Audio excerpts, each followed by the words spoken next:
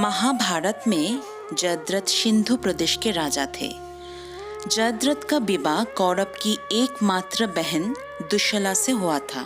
जयद्रथ बृहदशत्र के पुत्र थे।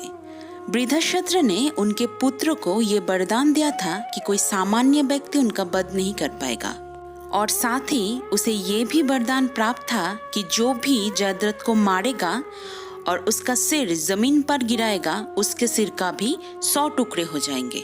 महाभारत के युद्ध में लड़ते लड़ते अर्जुन रण क्षेत्र से दूर चले गए थे। अर्जुन की अनुपस्थिति में पांडव को पराजित करने के लिए द्रोणाचार्य ने चक्रव्यूह की रचना की। अर्जुन पुत्र अभिमन्यु चक्रव्यूह भेदने के लिए उसके अंदर घुस गया और जयद्रथ ने पीछे से निरस्त्र अभिमन्यु पर जोरदार प्रहार किया। ये बाण इतना तीव्र था कि अभिमन्यु उसे सहन नहीं कर सका और वीर गति को प्राप्त हो गया। अभिमन्यु की मृत्यु का समाचार सुनकर अर्जुन क्रोध से पागल हो उठा। उसने प्रतिज्ञा की कि यदि अगले दिन सूर्यास्त से पहले उसने जयद्रथ का वध नहीं किया तो वह आत्मदाह कर लेगा।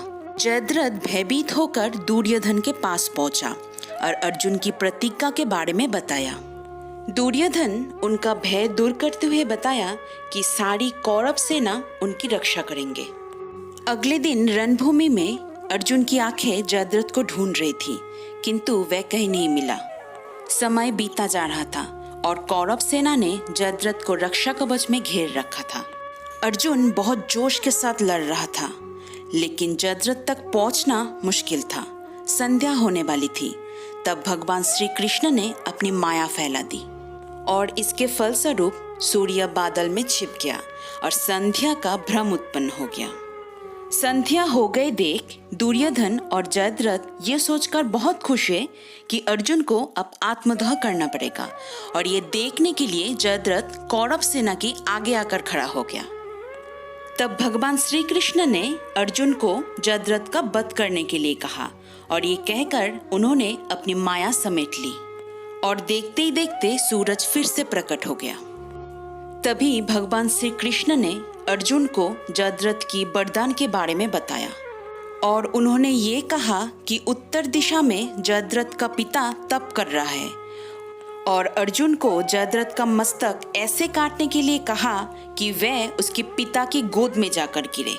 अर्जुन ने श्री कृष्ण की चेतावनी ध्यान से सुनी और अपनी लक्ष्य की ओर ध्यान कर बाण छोड़ दिया।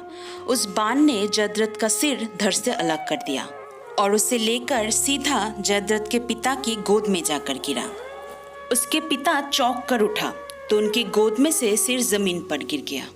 सिर के जमीन पर गिरते ही उनके सिर के भी 100 टुकड़े हो गए, और इसी प्रकार अर्जुन की प्रतिज्ञा पूरी हुई। ये थी महाभारत में सूर्य ग्रहण और जयद्रथ वध की कहानी। मेरी ये वीडियो आप लोगों को कैसी लगी कमेंट करके ज़रूर बताना, and please subscribe my channel.